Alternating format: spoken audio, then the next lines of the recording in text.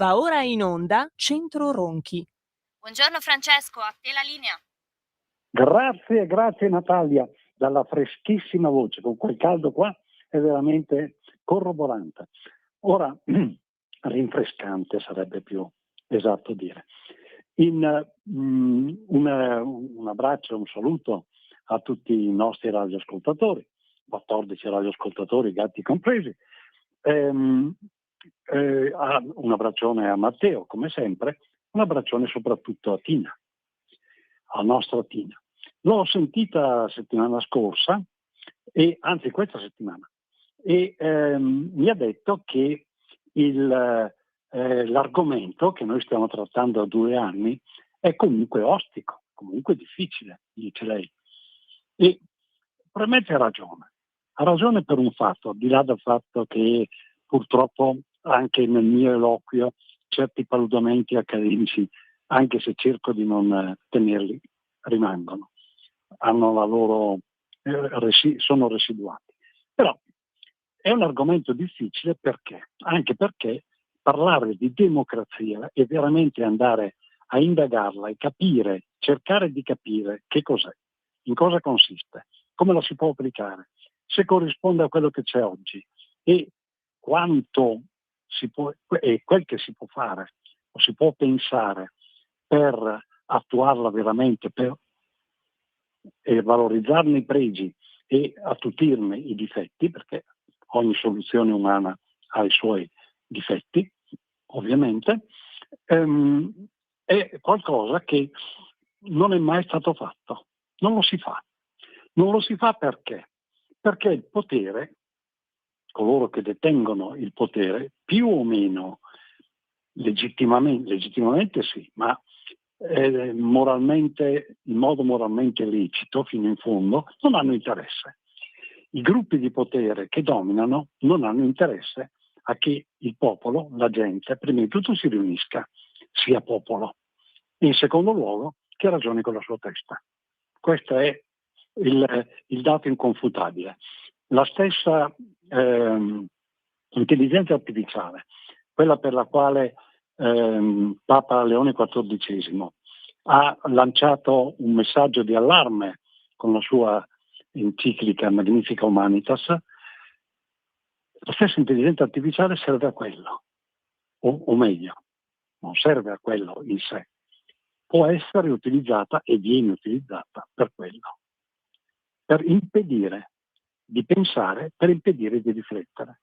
Noi come voce umile, umilissima, ascoltata anche da pochi, tutto lo sappiamo benissimo, però gettiamo il seme, cerchiamo di ragionare, di fare quello che non è mai stato fatto. Pensare al significato e alle implicazioni della democrazia e ai suoi collegamenti in particolare col sacro che viene trascurato, perché il sacro viene trascurato così come viene trascurato il concetto di religione, distinto dal concetto di cristianesimo, sono cose diverse. La religione è una pratica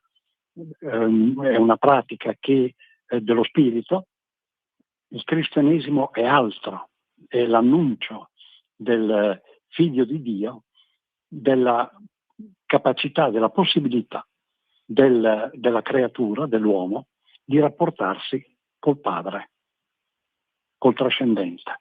È qualcosa di completamente diverso.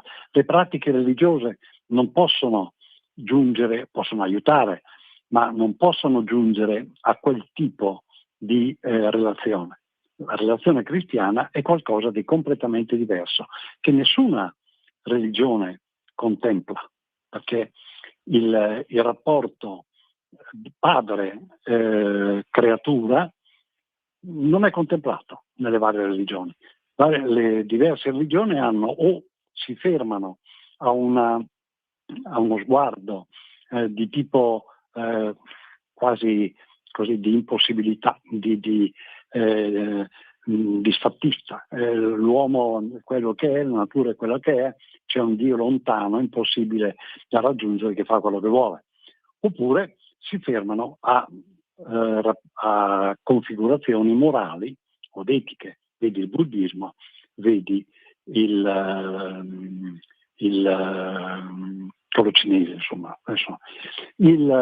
Dunque,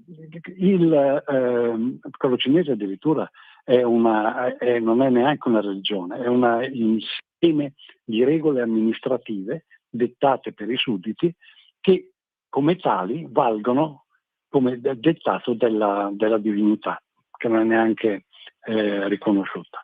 Ora,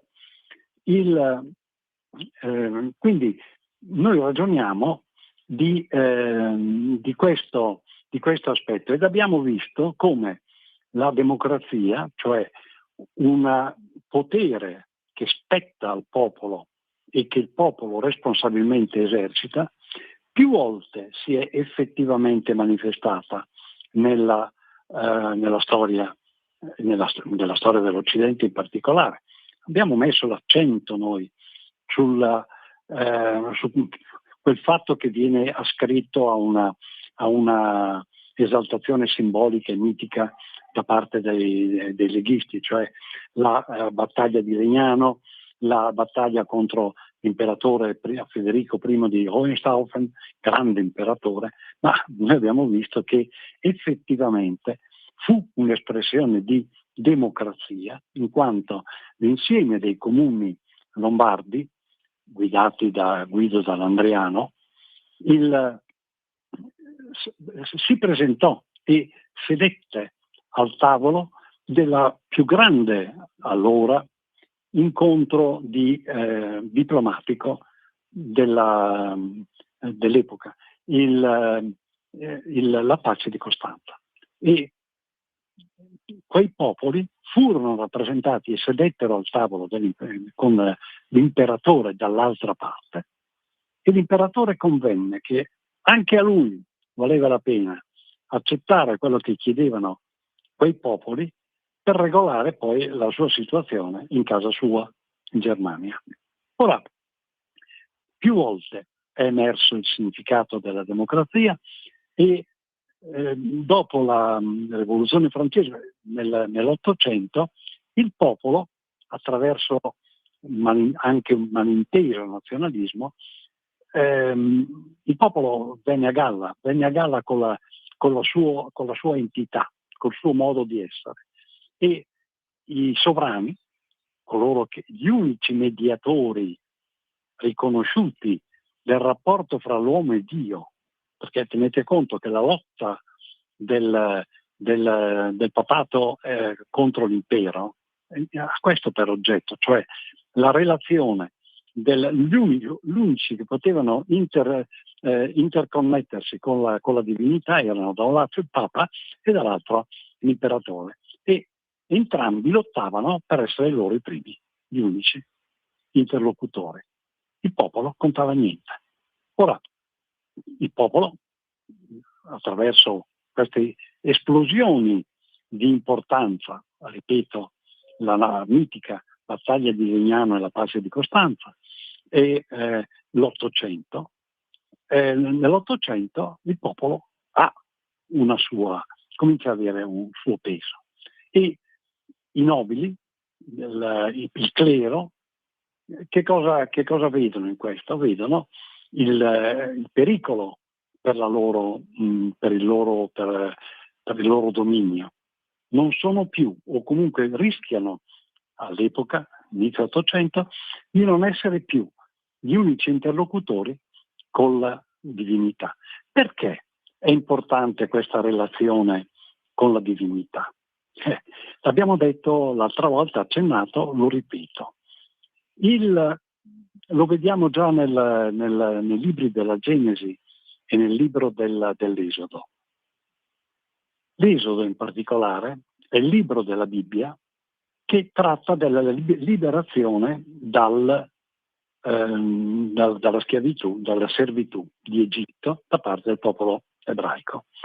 Ma quella liberazione non è soltanto una liberazione da un impero. Il faraone è un imperatore, è un dominatore.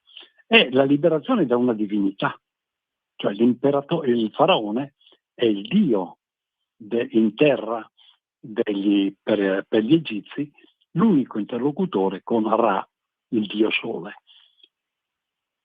La ribellione del popolo ebraico è una acquisizione di consapevolezza che quella divinità non è una divinità, che quel popolo, il popolo ebraico, il popolo eletto, ha una relazione sua di popolo col suo Dio, con Dio. Ed è questo che Mosè risveglia nel popolo ebraico, ed è questa poi la base attuale, né più né meno. Perché? Perché nel momento in cui si riconosce una relazione fra il popolo e Dio, al di là quindi dell'imperatore, del papa, dei nobili, di tutto quel che vuole, dei potenti della terra, nel momento in cui si riconosce una relazione diretta fra la creatura e il creatore, abbiamo l'acquisizione poco alla volta, molto poco alla volta, molto lentamente, l'acquisizione della consapevolezza da parte del popolo di essere sovrano, di essere lui il soggetto politico, di essere lui il titolare di quei diritti, di quei poteri e quindi della responsabilità e capacità del loro esercizio. Siamo ancora alle fasi primordiali perché non siamo ancora arrivati a poterlo effettivamente fare ed esercitare, però qualche passettino in avanti lo si è compiuto, ma se non si capisce la radice della questione non si capisce poi di che cosa si stia parlando e soprattutto non si riesce a vedere, intravedere quale può essere la strada per il futuro.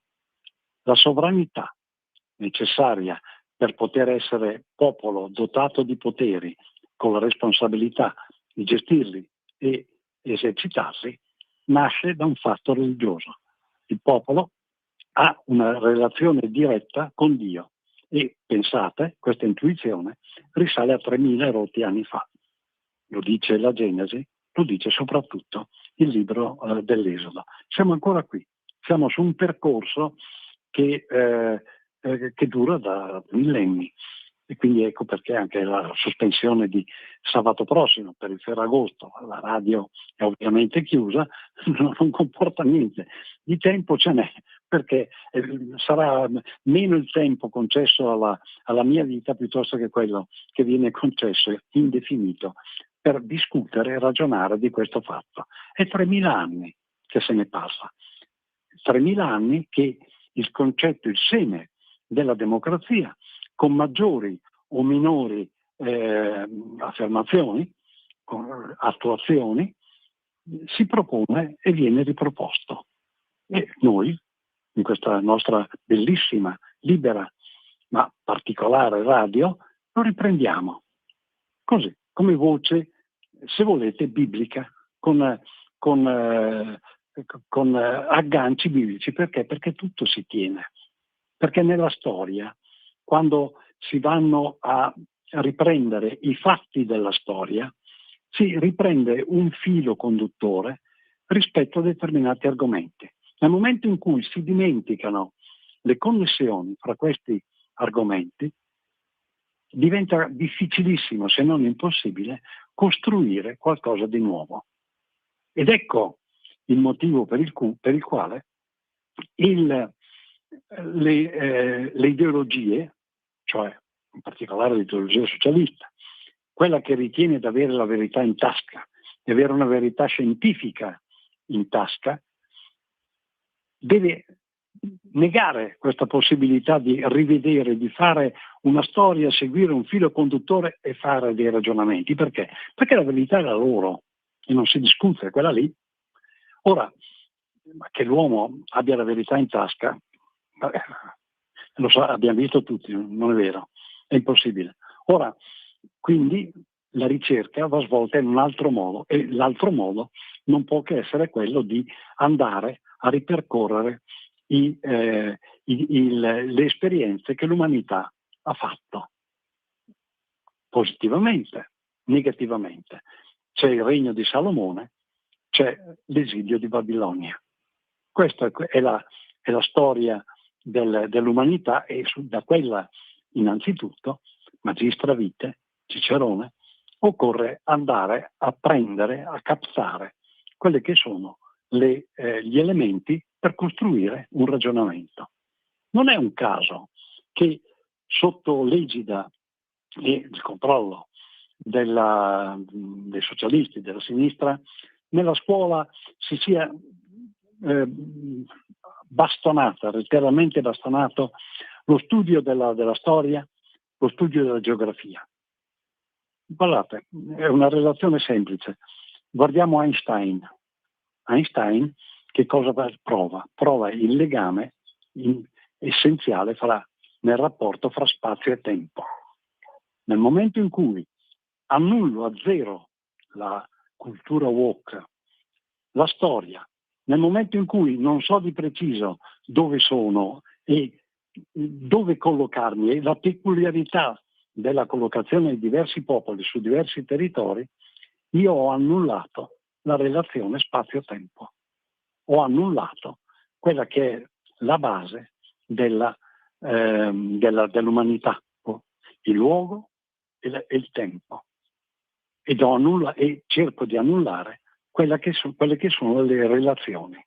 Le relazioni, io socialista che posseggo la verità, le impongo io. Quelle relazioni vengono imposte da me. Questa è la differenza fra il nostro pensiero e il pensiero che sta dall'altra parte. Da un lato c'è la libertà, dall'altro l'oppressione. Perché nel momento in cui l'uomo finisce in balia di forze superiori, di forze divine, tra virgolette, che lo regolano, quell'uomo ha perso la sua libertà. E la libertà è la caratteristica tipica dell'uomo. Se non ha libertà, non può nemmeno ricercare la verità, non può nemmeno ricercare il suo rapporto col trascendente. Il trascendente viene negato. Il trascendente diventa, ipoteticamente, quell'intelligenza artificiale rispetto alla quale Papa Leone XIV ha lanciato l'allarme. L'allarme in questo senso e ha questo significato. Ora, pensiamo a quello che al primo ostacolo che c'è stato già nell'Ottocento per parlare della storia moderna della democrazia, il primo ostacolo all'affermarsi di una democrazia. Il primo ostacolo che è abbastanza spontaneo in una Europa, perché allora il mondo avanzato era quello europeo, in una Europa in cui c'erano i signori, c'erano fine Ottocento industriali potentissimi e ricchissimi e dall'altro lato un proletariato che non riusciva a combinare il mezzogiorno con la sera, il pranzo con la cena, è ovvio che si formasse una coalizione, un insieme di persone, le quali la massa degli esclusi dalla ricchezza, che faceva fatica a tirare a campare, per rivendicare il proprio diritto di popolo, proprio diritto alla vita, perché popolo significa vita sociale. Il vita sociale, quando dipende esclusivamente dalle bizze di un potente, non è più vita sociale, è schiavitù, è servaggio. Questa è la differenza. Ed è logico, è normale che dietro l'intuizione di quel grande, prima di tutto giornalista, poi sociologo, che fu Karl Halevi Marx, si sia formato un movimento, un insieme di persone che lottavano per mangiare, per poter campare appena dignitosamente. Avevano tutte le ragioni per farlo. Sempre per poter avere un movimento efficace serve una teoria. Karl Halevi Marx fornì una teoria sballata, finché si vuole, però una teoria che era basata su un concetto sostanzialmente. Tu imperatore, tu nobile, tu clero, tu potente industriale fino a metà 800 fino a 800, sfrutti me, lavoratore, e la tua ricchezza è in realtà la mia. Mi hai derubato e io ho diritto di usare qualunque mezzo per farti la pelle. Questa è l'essenza del concettuale da cui nasce il socialismo. Ed è logico, è ovvio che in situazioni esasperate questo sia comprensibile, più che comprensibile, addirittura licito, mancherebbe altro. Ora, umanamente lecito. Quindi nel percorso di una democrazia certamente una frattura fu data dal concetto di massa. Il concetto di massa si contrappone a quello di popolo. La massa di coloro che hanno un medesimo interesse, massa indistinta quindi, senza specificità, si contrappone a quella di popolo perché? Perché è rivolta a un obiettivo unico essenziale. Diciamo che è una premessa perché poi si formi un popolo, ma nell'Ottocento i popoli c'erano già.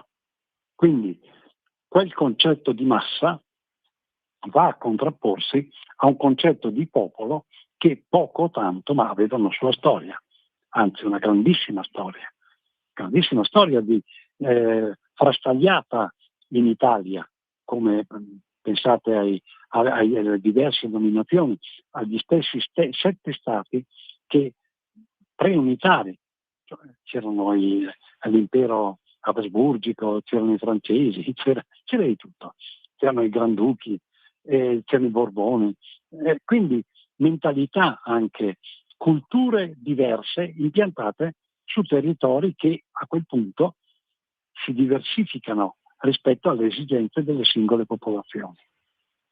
Ecco, pensate quindi al concetto di popoli dell'Italia che un bel giorno si trovano unificati, ma che rimangono popoli diversi, con mentalità diverse, con culture diverse, bellissime, e con dei filoni invece unitari, perché effettivamente se voi pensate alla musica, alla lingua, alla poesia, alla letteratura, all'architettura, alle arti in generale, sono l'espressione più alta dello spirito, c'è un filo uniforme, un filone che è uniforme.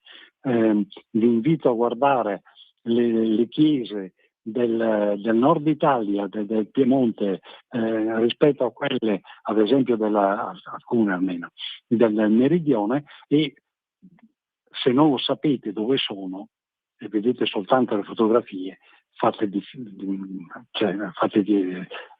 difficoltà a distinguere, a sapere se sono da una parte piuttosto che dall'altra. C'è un filone comune sottostante che corre, ci sono culture e mentalità diverse. E questa è la grande ricchezza, l'iridescenza dell'Italia, così come lo è della Germania, così come lo è di altre popolazioni. I tirolesi sono nettamente diversi dal resto degli austriaci, sono più simili anche come lingua ai bavaresi. Ora, questa iridescente bellezza dell'Europa è quello che costituisce il sogno e la bellezza della sfida che attende, perché il poter unificare virtuosamente queste differenze è il grande sogno europeo. E questo grande sogno europeo provvidenzialmente viene richiamato nella stessa enciclica di Leone XIV, la Magnifica Humanitas, laddove parla della bellezza, della grandezza delle differenze che vanno portate a unità. Ecco, questo è stato il sogno di Umberto Bossi, 1984, quando fondò la Lega Lombarda, allora, poi unita alle altre leghe, ma il sogno è quello, nelle diversità costituire un'unità. E la democrazia è il cardine, è l'elemento di base per poter arrivare a costruire a rendere vero, reale, attuato un sogno, che non è soltanto un sogno, ma è una realtà in fieri, in divenire. Su questo stiamo ragionando. E la frattura partitica sicuramente ha rallentato il percorso della coscienza democratica del popolo, cioè del potere che spetta al popolo. In quel momento non si mangiava e il potere spettava soltanto alla massa di quelli che non mangiavano. Quindi c'è un rallentamento. Abbiamo visto che con la prima guerra mondiale, che tra l'altro nel retropensiero dei potenti di allora, i re, gli imperatori, i duchi, i nobili, gli sclero, era anche la possibilità di far sfogare le velleità rivoluzionarie del popolo in un bel bagno di sangue che avrebbe tranquillizzato un'emorragia che avrebbe indebolito lo spirito del popolo. Così non fu. Così non fu perché dalla contestazione della massa che non mangiava nacque anche un'altra idea, cioè che la nazione fosse il, fra virgolette, Dio non marziano ma terreno a cui guardare. Ed è lì, alla fine della prima guerra mondiale, con la pace di Versailles, 1919, che nascono anzi si sviluppano perché sono nate prima, le idee socialiste diverse. Il fascismo fu un socialismo nazionalista, fu un socialismo patriottico, socialismo sempre, però patriottico, che abbiamo visto non aveva un'idea propria per sviluppare con una teoria propria la sua diversità. Ed è per questo che in qualche modo va a toccare i temi trattati dalla Rerum Novarum di Leone XIII. Li assume non solo nell'animo dei socialisti patriottici, però li assume perché sono necessari, perché in loro c'è una manchevolezza. Li assume ed ecco che nasce quel rapporto con incontro-scontro fra fascismo e Chiesa Cattolica. Quel rapporto di cui molto poco si parla, nulla si dice, della storia della Chiesa in fondo i fedeli, i cattolici, ne sanno molto poco, se per non dire niente. Ma quella storia è alla base del loro percorso di democrazia moderna. Ed è ciò che va riconosciuto ai cattolici da un lato, va rimproverato ai cattolici perché non l'hanno adeguatamente sviluppato. Ecco, per il Ferragosto vi lascio pensare a questo, abbiamo fatto un riassunto delle puntate precedenti. Dopo Ferragosto ripartiremo con la storia, cercando di capire dove va e dove può andare la democrazia. Vi auguro buon Ferragosto, un abbraccione grande a Tina, un abbraccio grande a Matteo, un saluto, un buon Ferragosto a tutti voi e a Natalia che va in ferie in particolare. Avremo Francesco però dopo Ferragosto e a risentirci nel sabato dopo Ferragosto. Avete Buon ascoltato weekend, buon Centro Ferragosto. Ronchi. Stai ascoltando